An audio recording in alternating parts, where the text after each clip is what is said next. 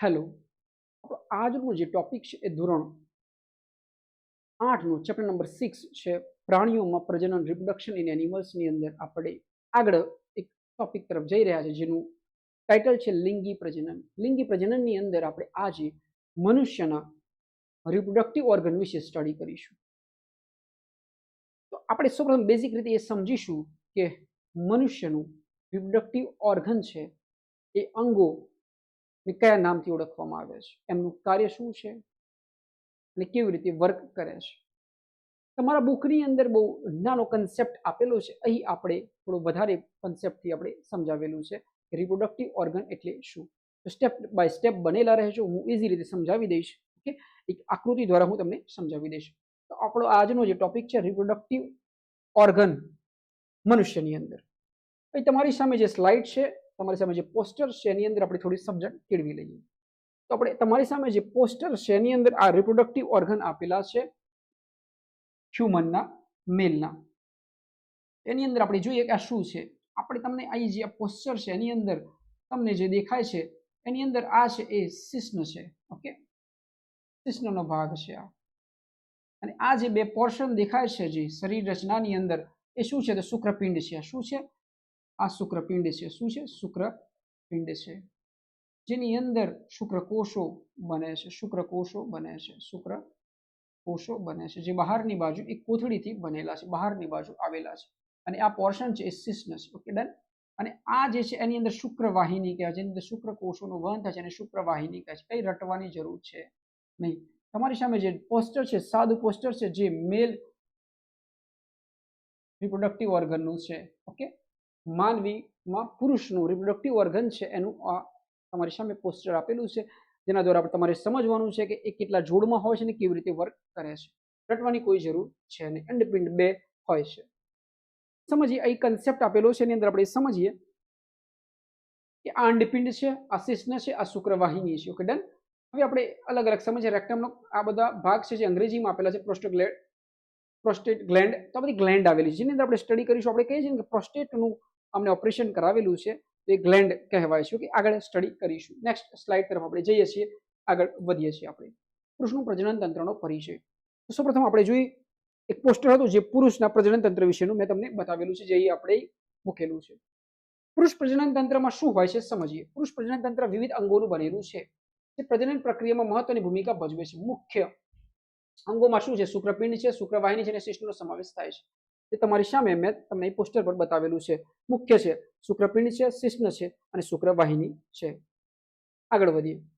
તો આ અંગો શુક્રકોષોના ઉત્પાદન અને વહન માટે જવાબદાર છે. શુક્રકોષોનું ઉત્પાદન ક્યાં થાય?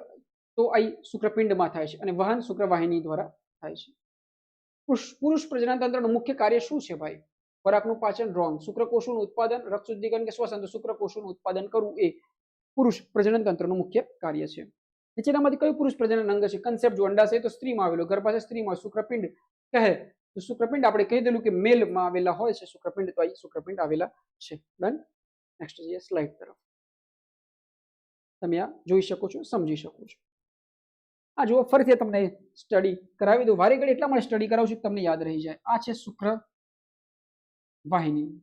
તો આ જે છે શુક્રપિંડ છે, પુરુષના શુક્રપિંડ છે જે બહારની બાજુ આવેલા હોય છે અને જોડમાં હોય છે, એટલે કે બે હોય છે. આ છે શિશ્નનો ભાગ છે. શુક્રપિંડમાંથી શું બને છે? તો શુક્રકોષો બને છે. શુક્રકોષો બને, સોરી. અને શુક્રકોષો શુક્રવાહિની દ્વારા વહન થતા હોય છે. આ તો કન્સેપ્ટ સમજવાનો. આગળ વધીએ.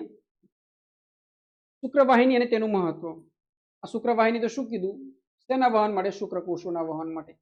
આ બે બાજુ આવેલી છે, બે શુક્રવાહિની.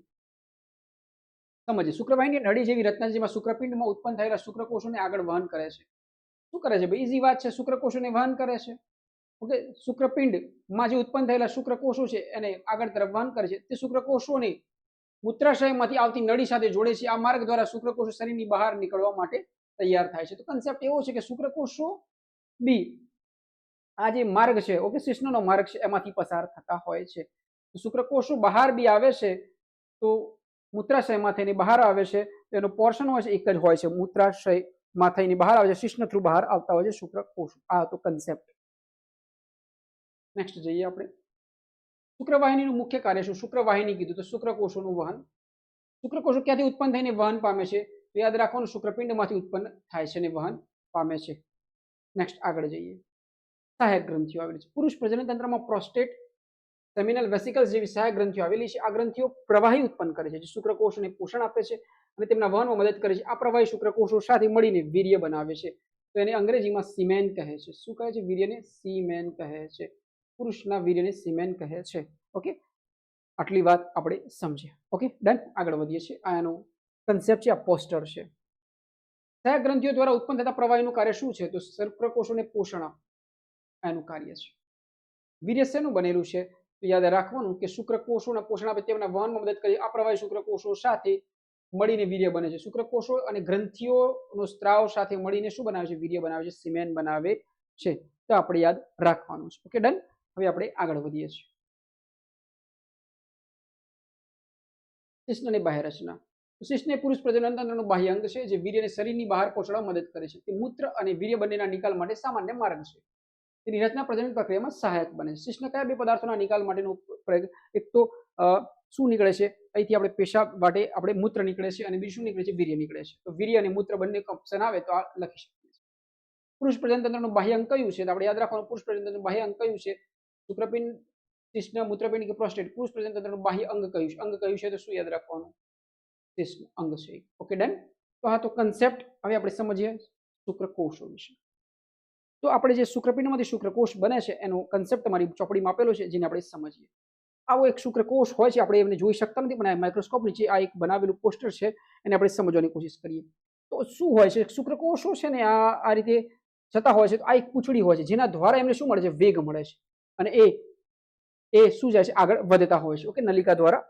તો જ્યારે શુક્રકોષો માદાની અંદર અને કોષોના મિલન માટે જતા હોય છે, ત્યારે એ પૂંછડી કામ કરે છે એમને ત્યાં સુધી પહોંચવાની અંદર. એના 3 પોર્શન આપેલા છે, આપણે એ સમજવાના છે. તમારે એટલું ડીપમાં નથી, એટલું સમજવાનું છે. જે આગળનો પોર્શન છે એને હેડ કહે છે અને માથું કહે છે. શું કહે છે? માથું કહે છે. શું કહે છે ભાઈ? માથું કહે છે. આ પોર્શનને માથું કહે છે, એટલે હેડ કહે છે.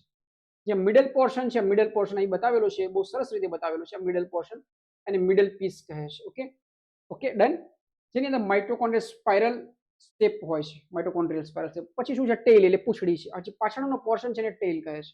જેની અંદર શું હોય છે? પ્લાઝ્મા મેમ્બ્રેન હોય છે. ઓકે, પ્લાઝ્મા જેવું મેમ્બ્રેન હોય છે. અહીં માઇટોકોન્ડ્રિયલ સ્પાઇરલ શેપ હોય છે અંદરની બાજુ. આ માઇટોકોન્ડ્રિયા આવે છે ને એ રીતે સ્પાઇરલ શેપ આવેલા હોય છે. ડન છે. આ એનું માથું છે, આ એની ગરદન છે, નેક છે.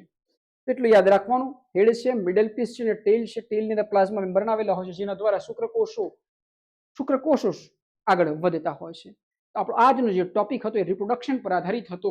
તેની અંદર આપણે સમજ્યા હ્યુમન ની અંદરનું રિપ્રોડક્શન, લિંગી પ્રજનન તંત્રમાં હ્યુમનની બોડી સ્ટ્રક્ચર વિશે આપણે સ્ટડી કર્યું, જેની અંદર 2 શુક્રપિંડ છે, શિશ્ન છે, શુક્રવાહિની છે અને તમારી સામેનો આ પોસ્ટર છે. Okay, done. તો આવા જ ઇન્ટરેસ્ટિંગ વિડીયો માટે તમે અમારી ચેનલ સમજાવવાને લાઈક કરો, સબસ્ક્રાઇબ કરો, પોતાની જાતને ચાહતા રહો. ફરી મળીશું એક નવા ટોપિક સાથે.